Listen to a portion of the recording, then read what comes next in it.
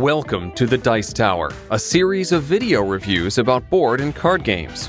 Here are your hosts. Hey everybody, I'm Tom Vassell. I'm Chris Yee. I'm Roy Kennedy. I'm Mike Delisio. And today we're taking a look at this oddly shaped box called Unsettled.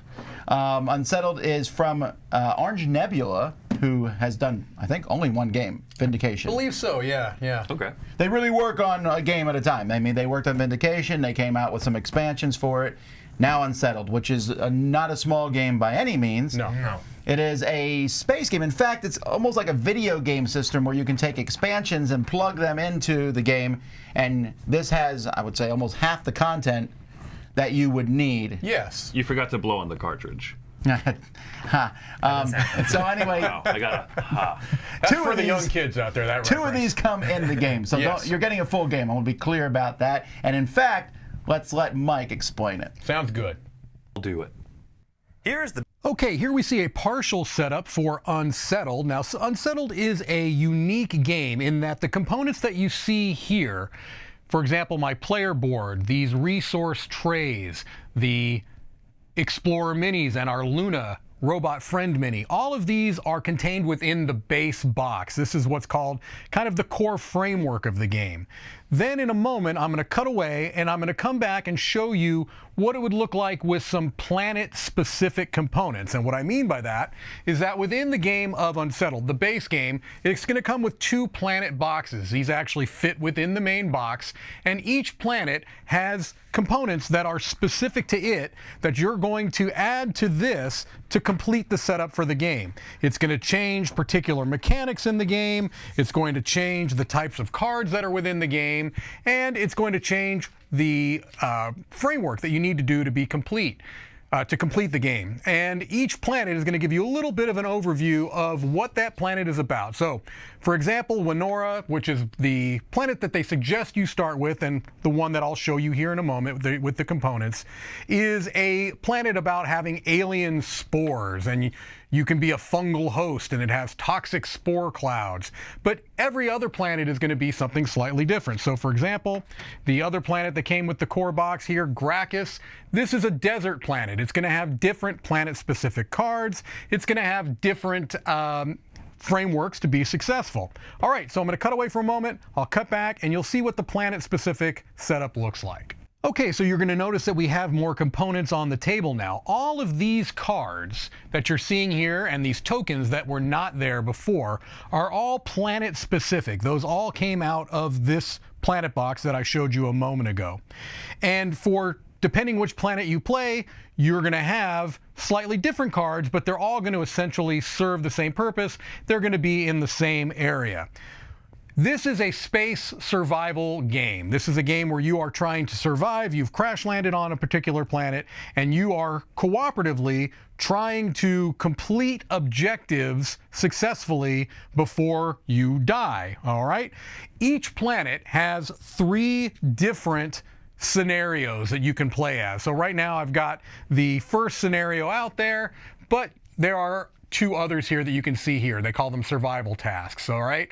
And so the one that is set up there is early onset hangriness, or if you wanted to, you can play alien protozoans or Sporever Young.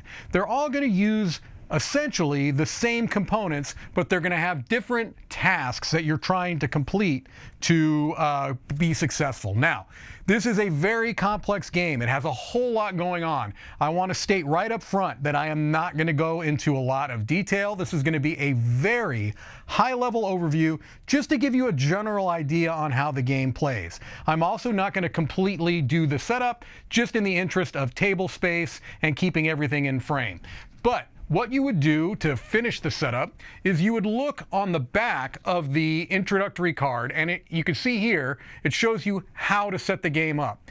In this particular instance, you've got the Scarab, which is this starting card here, your spaceship that you've crashed on. You start there. You would have another card that is specific, that you already know what it is, the Swampy Quagmire. You would go through these environment cards. You would find the Swampy Quagmire, you would place it right there, and then all of these remaining cards are going to be face down. I'll show you kind of what those look like so you get an idea of how they work, but that would be how you complete the setup. Different survivals tasks are going to have different setup. Sometimes you'll have a very good idea of what your surroundings are. Other times things will be very random, like this one, so you won't know until you discover a node, as it's called, and you flip it over. It just depends on the particular survival scenario that you're trying to complete. To win the game, you have to get through all of the tasks and get back to the ship before you run out of time. Time is a resource, and it is a precious resource. I'm not going to show you more of these cards, though, because I would like to keep the discovery available for you. If you are playing through these, there is a lot of discovery to be had. And so that's another reason I'm not going to go into a tremendous amount of detail. A couple of things I do want to focus on, though. You have at your disposal 3 dice. Now, these are not dice in the traditional aspect, meaning that you very rarely, if ever, will be rolling them. They are, in the purposes of the game, known as focus cubes, and you have them in 3 different colors, blue, green, and orange, and they represent different scientific abilities. So green is chemistry, blue is robotics, and orange is engineering. And so you have these cubes that are going to represent those different scientific technologies. And what you're going to do on your turn is you're going to be placing all 3 of these focus cubes on various areas around either the board when it's set up. There might be some things that allow you to place cubes on it, or on your personal player board, and I'm going to focus mostly on that here in a moment. Generally speaking, what you're going to do is place 2 of these to take actions, and 1 of the cubes has to go on rest. So while you have 3 focus cubes, you're essentially going to be taking 2 actions per turn and then resting. All right, so let's briefly talk about your player board and the different things that you can do on your turn. Also, you might see this little token here. This is strictly just for aesthetics. You basically choose your character. There are a number of different characters that you can play as in the game, and you just pick the one that is appealing to you and place it in there. You can kind of see what's beneath the hood, so to speak. All right, so let's just look at our actions. These are the same on every player board. No matter who you are, you're going to have these same actions. There is a little bit of an adjustment to that I'll talk about here in a moment. All right, so theorize is a way to gain insight. Insight is tracked by this small cube here, and it represents those 3 scientific abilities that I talked about. At the beginning of the game, you just choose one that you start working on. So maybe I'm starting to work on robotics here first, represented by that little blue cube. If I place a focus cube on the theorize, first of all, you see that little arrow down. That means that you're going to pip it down 1. So these all start on 2 at the beginning of the game. If I were to place a cube here to take that action, I would take it from a 2 down to a 1. What this allows me to do is give another explorer 1 insight. They would move up this track. You can see this little track that the cube can go along. All right, and I just dropped it. That's okay. Placing a blue cube here, you can see that little blue symbol, means that I get a bonus, which means that I also gain an insight. So I can move myself up the track. Why are you wanting to gain insight? When you get to the very top of the track, you can see that little arrow. If you're at the top of the track and you were to gain another insight, now you've gained comprehension in whatever scientific exploit you were going towards. In this case, I was going towards blue, which is robotics.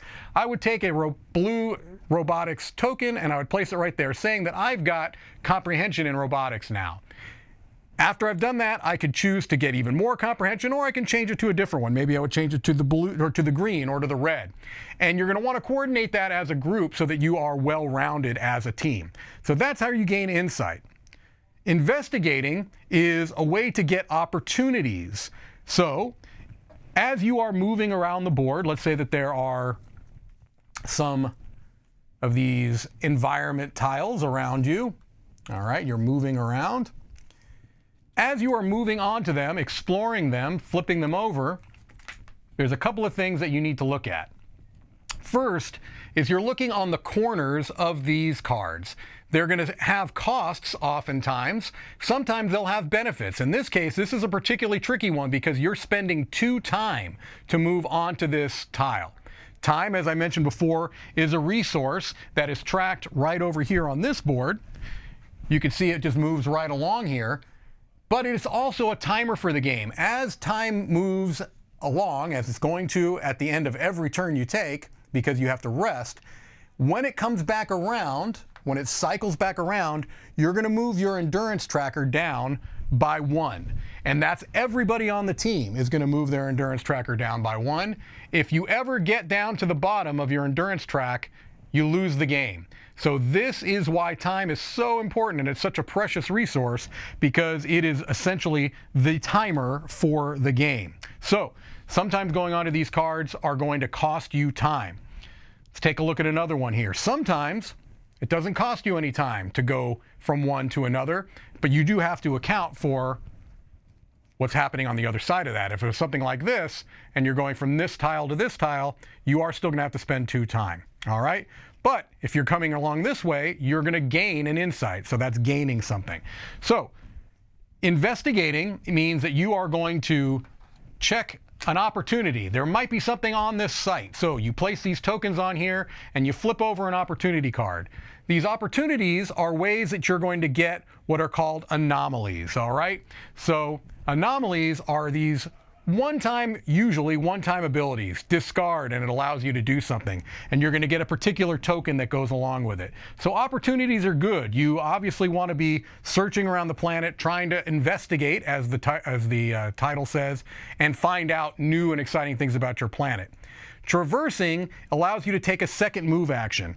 On your turn, you're always able to move 1 without spending a die. So if I wanted to move from here to here, for example, it doesn't cost me anything. If I wanted to take a traverse action, I could move again, and if someone was on that tile, I can bring them with me. I still would have to pay whatever costs would be on that second move. So traversing is a way to move twice and to bring somebody along with you.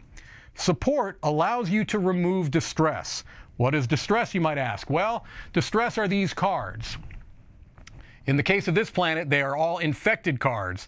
And what happens is a couple of things. It's going to lower trust, which I'll talk about in a moment, and it's also going to block one of the spots that you have. You can never block your rest spot because you have to rest every turn. So maybe if I got a distress, I would cover up that recover spot. I couldn't take that action until someone help me remove that. If someone else took a support action and I was on the same tile as them, meaning I'm local, then I could remove that and I have access to that spot again. So support also is good because it raises trust. You lose trust when you get one of these. You raise trust when you support your fellow teammates and help them get over it. Recover is one that allows you to pip your dice up 3, so that's really good. It gives you extra focus, but you lose trust. And every turn, you have to use a rest action, which means you pip up once, and then you move down that time tracker. So pretty much in every turn, no matter what, you are going to move the time tracker down at least 1. Oftentimes, you'll move it more by going on to these different nodes. So a moment ago, I said that there are some adjustments to the different actions. At the beginning of the game, you're going to draft these tiles. You're going to take 2 and choose 1. And what these do is essentially they adjust one of the actions. So in this case, this adjusts the theorize action when you're at high trust. At the beginning of the game, you start at high trust. If you ever go to low trust, and I showed you that getting those distress cards is one way you can do so, you flip it over and it changes a different action. So you literally are moving these around on your board. When you are on high trust, you have this, which is a better action. It doesn't pip your die down, but if you go to low trust, now you've got to flip it, and now your support action has been changed. All right, so everyone's going to have their own unique action tile that's going to adjust 2 of their actions depending on whether they're a high trust or low trust. You notice Luna here. I haven't mentioned Luna at all. Luna is very, very important. Why is Luna important? Well, she's your robotic pal for one, but on every person's turn, without using any of your dice, Luna can do a couple of different things. First, she can investigate these new tiles and doesn't pay any costs. So this is a good way to determine where we can move without a lot of cost. So if Luna wanted to move here, she can flip this tile over, and now you know, without taking any costs, what this tile is. So let's say we were still here, and we know, oh, it's free to move here now, so we can go there. Another thing that Luna can do is that she can try to gain resources on this tile that you could then get. So she can either try to unearth materials, where you would roll this die and take either 1, 2, or 3 of the associated resource and place it there. Also, data, that's another. I rolled terribly there, as per normal, almost as if I was playing the game. You would place those resources there, and then subsequently, on your turn, you can place dice here to gain those resources, take them from the tiles that they're on, and put them in your shared supply. You're going to need these resources for a number of different things, sometimes to trigger actions, sometimes to complete survival tasks. All right? Each planet, as I mentioned, is going to have tokens that are specific to it. In the case of Winora here, you've got some toxic spores and nasty alien creatures you have to deal with. Other planets are going to have different planet-specific tokens. You're going to go playing through the game, trying to complete the survival tasks as quickly as you can, hopefully not running out of time, hopefully not being killed, although let's face it, you're very likely to die. The game is very, very clear about that. It is a challenge. You also have a nice little player aid here to help you remember what you can do on your turn. The main actions: moving, setting your focus, moving Luna, scanning her node.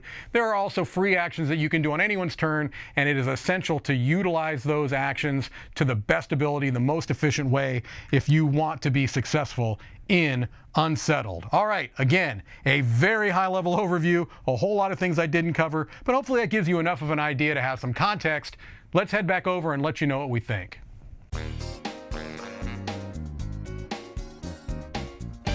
So let's talk a little bit about component quality here. Vindication is, their first game was one I got really on board with because the components were really well done for that, and I think the components here are better, with one small exception, and that is the rule book. Okay, I wasn't thrilled with the rule book in Vindication, to be honest with you, but and I agree. I think that that's a weak point in Unsettled. There's some big comparisons we can make between the two games from the company. They both have oversized, oddly shaped boxes. Okay, Vindication and Unsettled. Yes.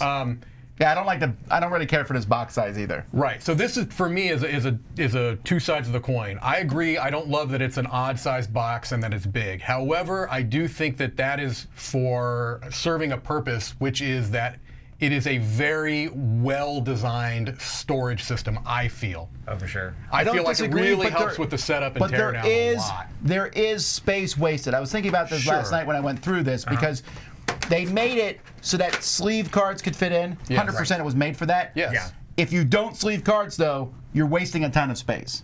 And you can't fit, but because of the way the trays are made, let's say I wasn't sleeving cards, I could fit 2 more of these in here. Okay. But I can't because of the size of these trays. Sure. Yeah. I mean, the cool thing is you're not going to be able to fit all of it in one box, but if you want to switch up the planets and things like that, you can be like, okay, the planets' boxes are all the same size, and it comes with 2 of them in there, and they're in boxes just like that. So you'd be like, well, this time to game night, I'm going to take this planet and this planet. This time to game night, I'm going to take this planet and this planet. You're not going to bring all 6 to a single game night. No, you're not going to play more than one. The trays and everything it makes it set up so much easier. Like when Mike brought it over to play it at my house, like he just threw everything out on the table, and it was almost ready to go. We shuffled up some cards, and it came together really quickly just because the way that everything is packaged inside the box to already be set to play the game.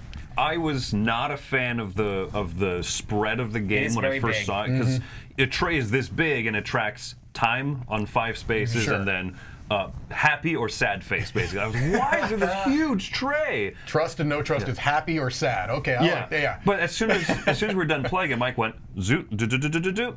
I thought, oh, okay, now I'm sold. It's definitely easier to clean up. I think that the whole ease of setup is good until you pull this box out, and then there's like, oh, well, here's all the different setup for this. And unless you know it by heart, they all set up differently. They do set up slightly differently. That's true. I mean, certain things are going to be the same. You're going to take the planet-specific cards; they have a spot every time. You're going to take the distressed cards, which I think is not what they're called.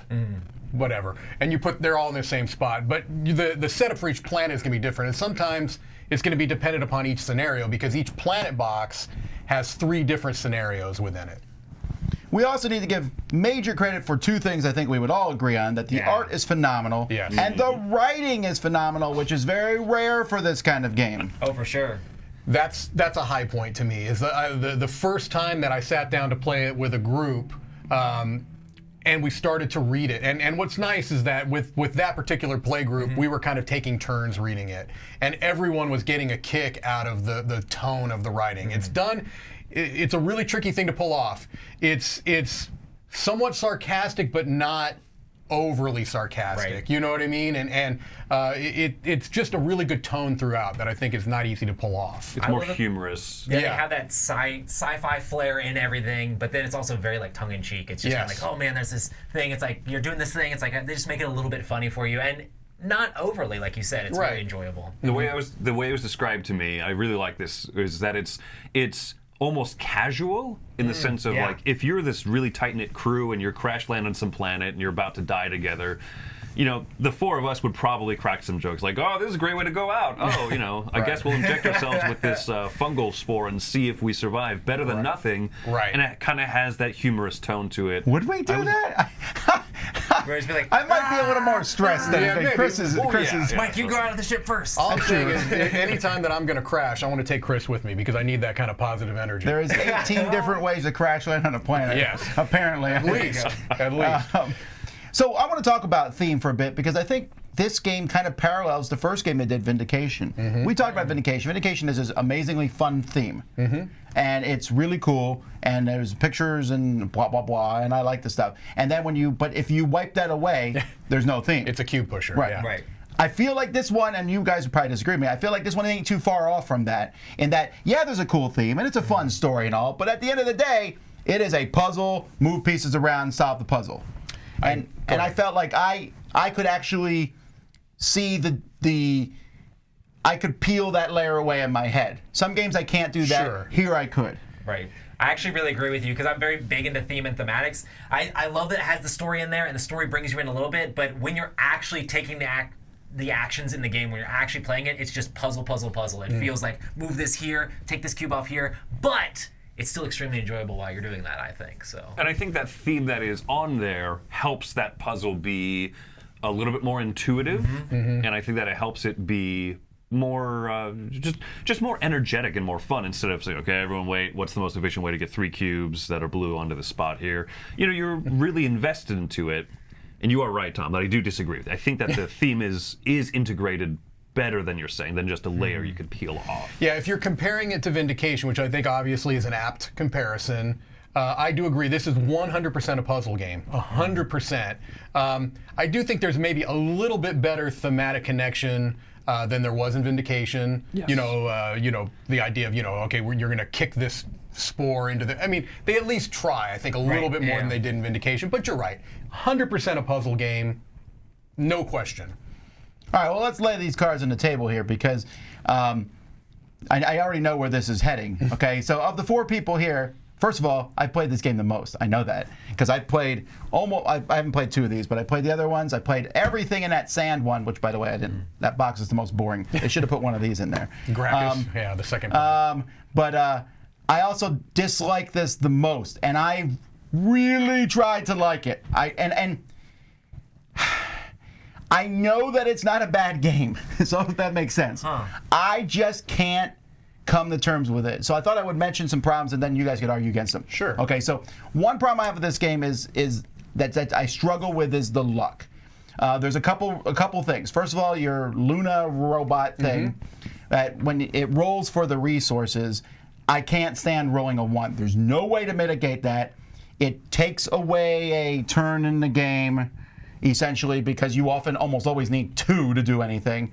So I have to either go pick up that 1 so that the robot can go back and do it again, or I have to, because it can't search for the same thing in the same area twice, or I have to move the robot to another spot and do 2, which is still negates the first time it did that. Right. That bugs me because when I play through these, I know I've lost because that's happened like 3 times in a row, and I can't recover from that. Secondly, I feel like the layout of the random planet ones, sometimes the way it's laid out, you have to move through time a lot, just the way it's laid out, and that bothers me. And I have definitely rage quit one game, not rage quit, but I forget what it was. I either rolled a card, I flipped a card. I know what it was. I flipped a card, and the card was like, move your people to this spot or whatever, and I was like, oh, I lost. I don't even want to play out the last 3 turns of the game. I cannot win at this point in time. Right. And that drove me nuts because the game is so big and grandiose, but it felt like a few spins of the dial of luck multiple times, right? Actually, we played this live. The game we played live was my favorite game of this I've played. Oh, wow. Interesting. Did you play most of the other ones solo? I did. I played them 2-player. I played them that's how you 2-player. That's how you play it solo. You Okay, just control gotcha. a couple of characters. Which I didn't think that was a problem. In fact, at I all. kind of like controlling. I'm a big fan of controlling 2 characters because I'm like, this character's going to help you. Yeah. I accept your help. There's never any kind of. You role play. It's perfect teamwork. I really loved the cooperation in this game. Yeah. When we played it, we were very much together, working hard to be okay, cool, Chris, we're gonna go here and do this, and Roy, what should I do? I'm gonna figure out where to go. And we worked really hard to try to figure out and put all the pieces in place. And that's one of the things that I think the game can do really well is you can work together to try to push each other along and make things happen the way that you want to do it to try to get positive outcomes in the game. And the fact that the objectives are all different can make it very different depending on which scenario you're playing throughout the stuff. Yeah, I want to respond to that really quickly, and then I want to respond to yours really quickly. That is probably one of my favorite things in Right. cooperative puzzle games is when you're presented with a situation and you, as a group, think, yeah, you know what, I don't think we can do this. Let's go to another route. And then someone goes, wait. What if we do this? I push you one space. I didn't think about pushing, that sort of This thing. game does give you a lot of opportunities to think creatively Right. and to not necessarily take the most obvious option. Right. Sometimes the most obvious option is not the best option. So I do like that in this game and in other games that do it similarly. To your point about randomness, there's clearly randomness Yeah. in the game. There's no question And about I'm not it. opposed to randomness. We're Right. called the Dice Tower. Sure. I don't find that it's off-putting, because of the length of the game. I mean, it's probably going to be about 2 hours. I don't think that I don't know that I've felt like luck determined those games that I've played. Maybe you've had different experiences, and I'm not saying you haven't. But thematically, it also works for me too. You're crashing on a planet. You have no idea what you're going to face there. Sometimes things are going to suck.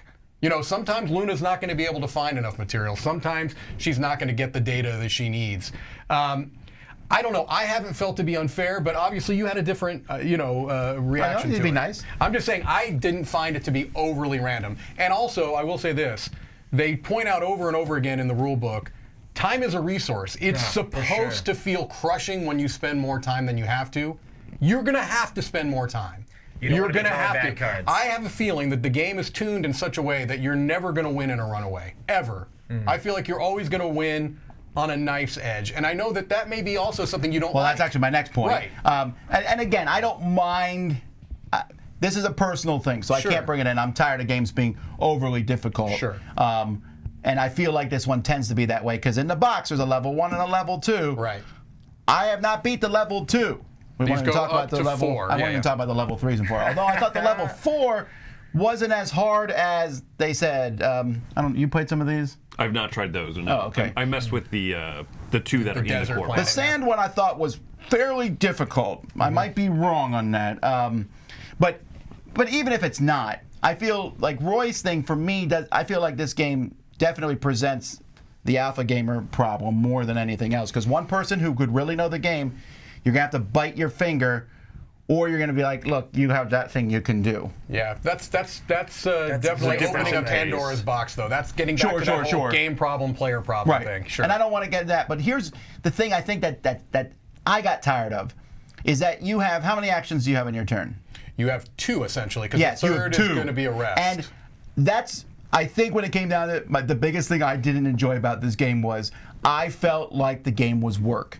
In the sense of, you have 3 dice. By the way, one of them has to be a rest action. Fine. I hate when I feel like, you got to do this. Fine, I make my thing up. But I always feel like this game is constantly a game of catch up.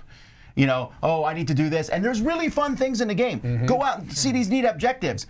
But you really can't do that stuff too much. There's really cool upgrades. And you have not seen the upgrades in these, Mike. There's an upgrade in one of these that's, I was like, wow. There's really fun upgrades and stuff. But you can't mess with that stuff too much. I can't go out and become cool in this game. I'm just struggling for survival. Might I posit that the issue that maybe you're having, and I'm not playing these games with you, is that if you're counting on the 2 dice, the 2 focus cubes, as really what you're going to do on your turn, and maybe the first few turns, that's going to be the case. But the point of going after those discoveries and getting those anomalies is to be able to do extra things that don't use a cube. No. On other people's turns. I get that, but the game isn't that long. So I get it. You're giving up an action here, Right. so that I can have 3 later.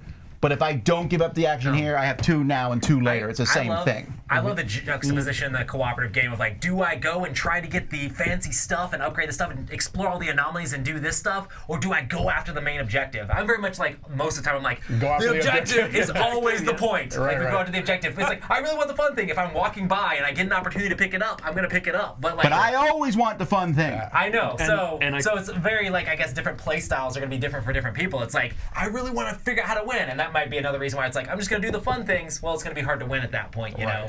Just to clarify, it's impossible to win if you just do the fun thing. Okay, I know this. Because there's fun stuff. There's a whole planet that you want to explore. Right. Sometimes you can't explore several of the tiles.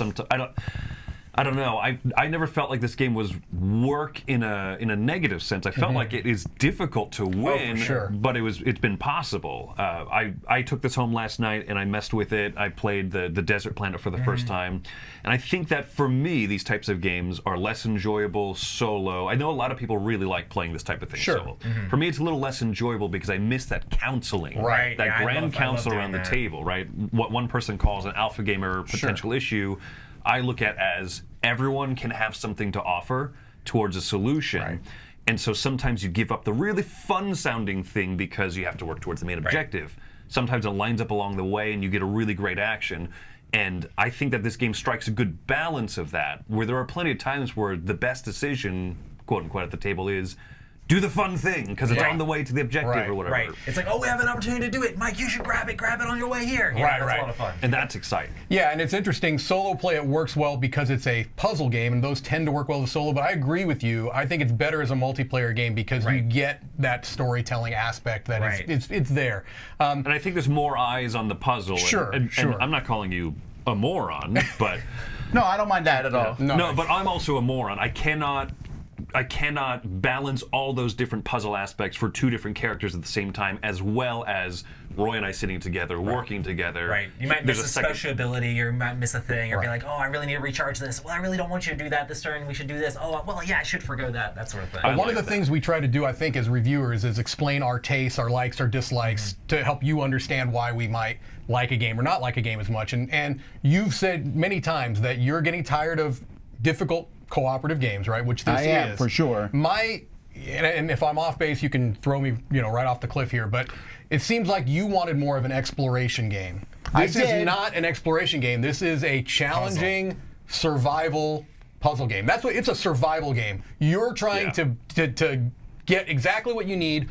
Run back to the ship and get the heck out of there. That's what you're doing in every one of these planets. It's not an exploration game. It's not about go off to the farthest reaches of the planet. That could be fun too, but that's not what this is. Right. And this is where I'll end here on this. Then is that I'm giving this game a 5. But Whoa! no, listen. Okay. I can in good conscience. My rating system 7 is a game I like. 6 is a game I don't love, but I'll be willing to play it. I feel like I'm done with Unsettled. Wow. Okay. But this is the same as when I did my review of Brass. I'm not saying it's a bad game. I want to be clear on that. This is a very personal one, and Mike knows we've been talking about this. And I love Orange Nebula. I love Vindication a lot. Yeah. So if you're watching this and you love Unsettled, then you can just assume the problem is me. All right. And a lot of it is. I think there's so much good about this game, and I like the theme, and you could even say I went into it with the wrong look, although I would argue that a lot of people are going to go into it saying, oh, it's a space exploration game, since you literally explore in the game. You're literally flipping tiles and seeing what's there. That is an aspect, sure. It's just that to me, I hate turns in a game where I do things that just upgrade my dice to a higher level or help someone else upgrade their dice, and then I didn't do anything. I'm definitely a no. There are turns. You just said multiple things that you did. I'm confused. Yeah, but that's not doing anything. That's maintaining. You want to feel like you have. I don't ever want. I don't like games where I maintain. I want games where I progress. And in this one, yes, again, that's the theme of the game, and the writing definitely puts that. So this game is a game of despair, but you're dying with a smile. So I applaud it for that. And I also applaud that these are all very different. The best one, I haven't played the two newest ones. The best one is the number 3 for theme-wise. That one's you have like a puzzle planet. I like puzzles. Like maze type thing. Well, no, it's Matrix. You'll see. Yeah. And it also has different moods you're in. You'll have to see it, okay? But I like that one the best. I still got murderized. So I'm recommending this. How's that? I'm recommending this. No. Listen. I'm recommending this. If you like the puzzle thing that these guys are talking about, then this is great. It's just that I don't like it. And I think I need to be able to say that sort of thing. You absolutely do. This is your rating, right? I think you've done a great job of, Hopefully that helps. I think there's a lot of people out there, some who will hear me saying, "What? You're crazy." I love that. Right. But there are people like me who are looking for adventure games. Let's go back earlier this year, the big one. Sleeping Gods. Sleeping Gods. Sure. This is not Sleeping Gods. Not even close. But it's closer to Sleeping Gods than it is to Destiny's. Destiny's was just story. Yeah, that's right. This one is the farthest opposite that, although there is a good story in it. That's my justification. All right. Let's see who likes it the second highest. I think it's Chris. Okay. It's not you, it's Tom. Is what I'm I'm going to give this game an 8.5 because I enjoy this a lot. The idea of having a pretty much a puzzle, but putting a great theme with it and getting me excited about the outcome of what the puzzle is going to be. That's a good trick to pull off. I agree with Mike that this does the theme and the integration of it better than Vindication. I found Vindication was really easy to peel back that story and see a cube pushing game. This one I get more invested in. I like the decisions. I disagree with the assessment that you don't do much on a turn because, you only place 2 of your cubes and you level them up or down and then you rest with the other one. But you have a free movement every turn. I like that decision. You can move the Luna rover thing. You can usually explore have a free with movement in your turn. I'm just saying there's ways that it will tie you up. Sure, right. And there are times where that's frustrating. But I think that you generally get to do enough on your turn that you're still assisting the group as a whole. So even if you don't have a tremendously, fun turn, you're still progressing. You're still working towards what the main objective. And I like it a lot. And putting this nice production with it, being able to pack up the game really quick, set it up relatively quick, all great. I'm also going to come at the same number with 8.5. I really enjoy the game. I think it is a lot of fun. I love the cooperation in this game. I love how you work together. I mean, for me, obviously the theme is huge. I love the artwork. I love the story. I love how quirky it is with like the silliness that's thrown in there as well. But the opportunities in this game to like be a team and like make things happen and like be like, oh, like I said before, go here, do this. We're going to work together, make this thing happen. And then figuring out how to like utilize the dice in the correct way. I enjoy placing those and putting those out and figuring out like, okay, if I rest this one this turn, I'll have it for next turn to be able to do this. I really enjoy that sort of stuff in game. It's a huge puzzle. The whole thing, when you, like I said, the theme, you can peel it back and it's just like, move this cube here, we gotta get these 2 cubes so we can fulfill this objective, and that's the point. But I enjoy all the rest of the game as well. It's very enjoyable. I like Unsettled a lot. It's definitely an 8.5 for me. I'm close. I'm at a 9. And what? Close, yeah. Now here's the thing. You said that while your rating is personal to you, and I think that this is personal to me too, because this just checks off so many of the boxes that I look for in cooperative games. Right? It allows you to think a little bit outside of the box. I mean, sometimes again, the obvious choice is not the best choice. I love being put in a position where you feel like I can't do something, right? And somebody clicks and goes, wait, we can't. I love that. Yeah. And this happened multiple times when I've played this game. I think as an actual product, the positives outweigh the negatives of a strange sized box. I really do feel like there are certain games where I really like playing them, and I would even put Sleeping Gods in this case. I really love playing it. I don't love the idea of taking it off the shelf and setting it up.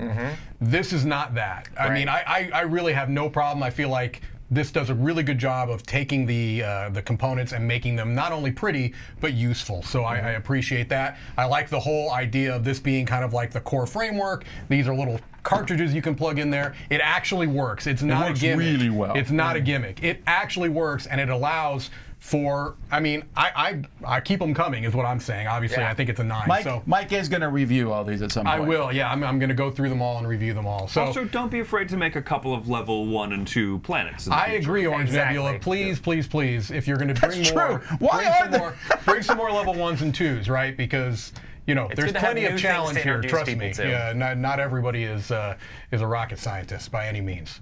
Although it would be nice if you're crashing on a planet to have a rocket scientist. That would help. There you go.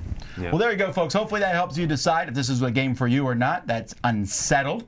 Until next time, I'm Tom Vasso. I'm Chris Yee. I'm Roy Kennedy. And I'm Mike DeLicio. Don't crash land on a planet. Luna!